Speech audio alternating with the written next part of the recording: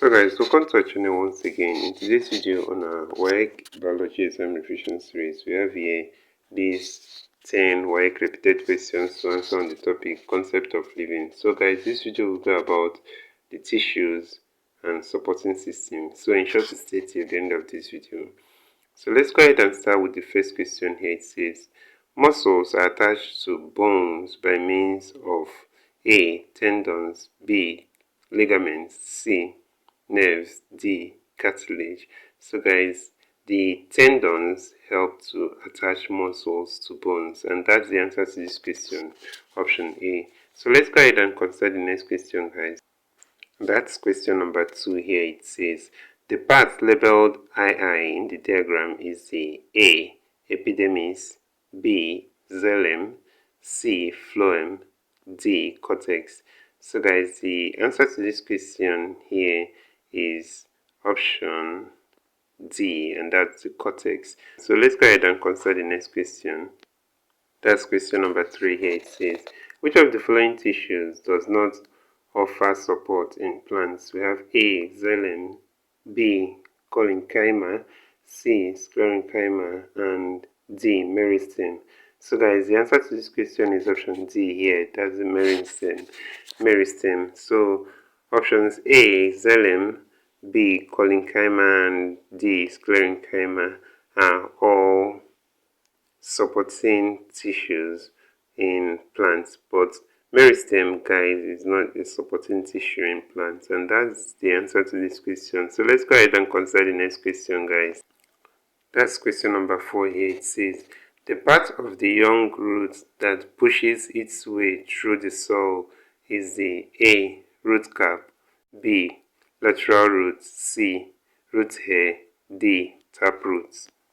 So guys, the answer to this question is option A here, and that's the root cap. So that's it for that question. Let's go ahead and consider the next question.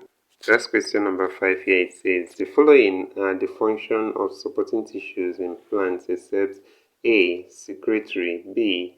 Flexibility, C. Rigidity, D. Strengthening. So guys, the answer to this question is option A, and that's secretory. The supporting tissues in plants actually carries out all the functions listed here apart from secretory function. So that's it for that question. Let's go ahead and consider the next question, and that's question number 6 here. So we have a diagram here, and the instruction says, the diagram below is an illustration of a structure in the skeletal system of humans. Study it and answer the question. So let's look at the question here. It says, an individual was involved in a car accident and the illustrated structure was badly injured. Which of the following structures would most likely be affected? We have A. Clavicle, tongue and pelvis, B. Lumbar, eye and teeth, C. Ear, brain and hand joints, D. Eye, cerebellum and ear. So guys, the answer to this question is option D, and that's the eye, the cerebellum and the ear. So those are the parts that this skull will not protect so well, and as a result they will be badly injured if anything should happen relating to this part of the supporting tissue, that's the skull. So if you have an accident and your skull happens to be injured, now the most vulnerable parts will be the eye, the cerebellum and the ear. And that's it for that question. So let's go ahead and consider the next question. That's question number 7 here. It says, which of the following vertebra provides articulating surfaces for the ribs? We have A. Cervical, B. Sacral, C. Thoracic, D. Lumbar. So guys, the answer to this question is option C, and that's the thoracic vertebra. So the thoracic vertebra actually provide articulating surfaces for the ribs, and that's it for that question. So let's go ahead and consider the next question. That's question number 8 here. So it's coming here with a diagram, and the instruction says, the diagram below represents a section of the stem of a plant use it to answer the questions. So we have here, which of the labeled parts is made up of dead cells?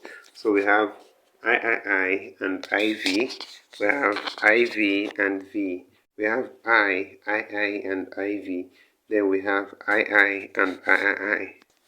So guys, the answer to this question is option D here, and that's II and III. So that's it for that question. Let's go ahead and consider the next question. That's question number 9 here. So the question says, support in young herbaceous plants is provided by A. Osmosis, B. Guttation, C. Translocation, D. Turgidity. So guys, the answer to this question is option D here, and that's turgidity. And that's the answer to this question here. So let's go ahead and consider the next and the last question, question number 10. So the question says, the inorganic compound in bone consists of A. Potassium, magnesium, and calcium, B. Sodium, phosphorus, and calcium, C. Magnesium, phosphorus, and calcium, D. Magnesium, sodium, and calcium. So guys, the answer to this question is option C here, and that's magnesium, phosphorus, and calcium. So that's it for that question. So guys, this is where we'll end this video for today. If you enjoyed this lesson, please give it a thumbs up. Don't forget to subscribe to this channel if you're not a subscriber. Also, if you have any specific question regarding this video, you can drop your question in the comment section below, and we'll ensure to give you a response. So guys, we also want to encourage you to join our YouTube channel community where we post major updates on WAEC examination. So this will be very helpful to you even as you prepare for your WAEC examination for the year. So you can join this channel community by hitting the join button below, and we'll see you right there. Thank you once again for watching this video, and see you on the next one.